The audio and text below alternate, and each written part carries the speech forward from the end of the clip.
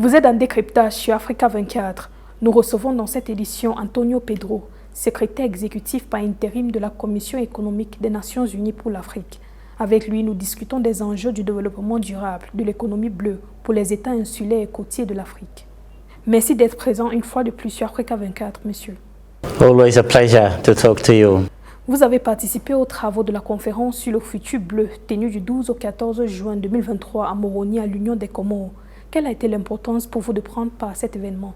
It is absolutely important and critical. We are talking of targets, extending marine protected areas from 8% in 2021 to 30% by 2030. It's about protecting about 2 million hectares of ecosystems, blue ecosystems. It's about creating livelihoods for about 70 million people. It's about creating jobs for about 1 million people.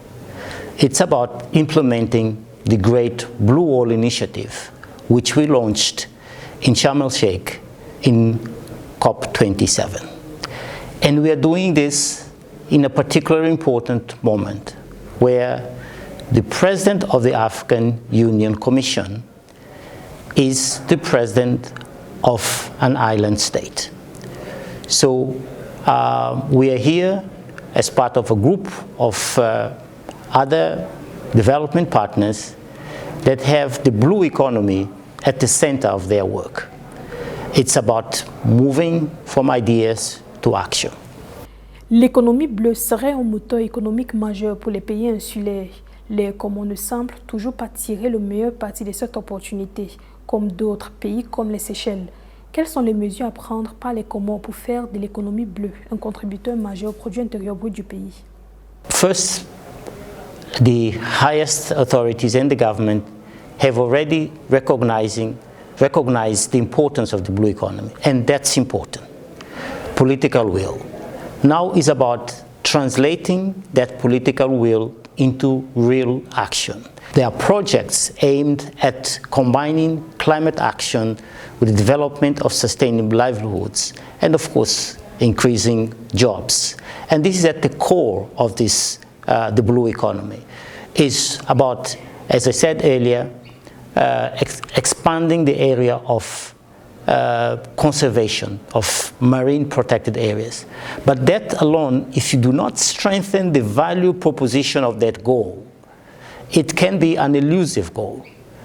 What we are doing here through the Great Blue Wall Initiative is to say that marine protection can increase livelihoods, can generate revenues for the communities that are affected by climate change, and that they then become the actors. So the government of the Union des Comores have already recognized how strategic the blue economy is, and they are taking action. Climate action, when is associated with development of sustainable livelihoods, can equally be promoted through the issuance of blue bonds, in this particular case, through debt swaps, where in lieu of the climate action, the protecting the environment, the country can reduce the payments, the interest rates that they have to pay to the debt that they might have accumulated. Or we can develop carbon credit markets, blue carbon credits, where through the tons of CO2 that we sequestrate, we generate income that can expand the fiscal space of our member states. Le manque d'innovation dans le secteur de l'économie bleue et le manque de formation chez les jeunes seraient quelques-unes des raisons pour lesquelles l'économie bleue n'est pas assez développée aux Comores. Comment cette situation est-elle abordée au niveau de la Commission économique pour l'Afrique? First is about recognizing what the opportunity is. So we've supported the government of the Comores in formulating their national African Continental Free Trade Area strategy, in which the blue economy is at the center of that particular strategy. So, and the national AFCFTA strategies is about ensuring that everyone benefits from the CFTA. So, and then the next step as part of that same effort is about the growth diagnostic studies, where in particular, which particular areas of the blue economy, because the blue economy is sort of a broad area. So fisheries have been identified as an important area. The servicing enterprises, so the services sector is equally important. And within that services sector, logistics. One could contemplate scenarios in which the Comoros could play as a role of as a transshipment area for the continent, where goods from the continent could be transshipped, could be shipped, for example, to the Comoros, then from here, then transshipped elsewhere. And the same, the imports equally so, for which it will be important to develop deep sea ports, so as an opportunity to do so that this becomes a hub for an expanded trade, export-oriented agenda on the continent. So this requires, of course, addressing the skills gap. You made reference to the skills gap. So a skills gap assessment and mapping is important. Another area that we've identified is tourism sector. And the tourism sector is one that requires investments so that the tourist experience is expanded. And with that, it means first, product diversification, where you combine, for example, nature-based tourism, go and see the dolphins and all of that, with the cultural exposure. And that requires, of course, very qualified